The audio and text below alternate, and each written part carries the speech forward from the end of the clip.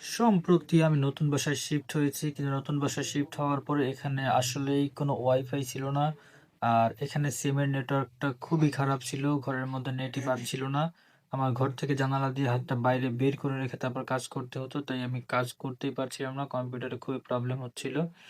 তারপর আমি ওয়াইফাই অফিসের নাম্বারটা বের করলাম এবং তাদেরকে কল করলাম এবং তাদেরকে বললাম যে আমার এই ঠিকানা এবং এইখানে আমার ওয়াইফাই লাগবে।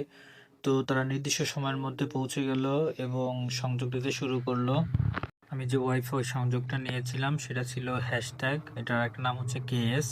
তো তারা সংযোগ ওইখান থেকে শেষ করে রুমের মধ্যে চলে আসলো, তারগুলো টেনে ভিতরে নিয়ে আসলো এবং তারপর আমার রাউটারটা কানেক্ট করতে শুরু করলো।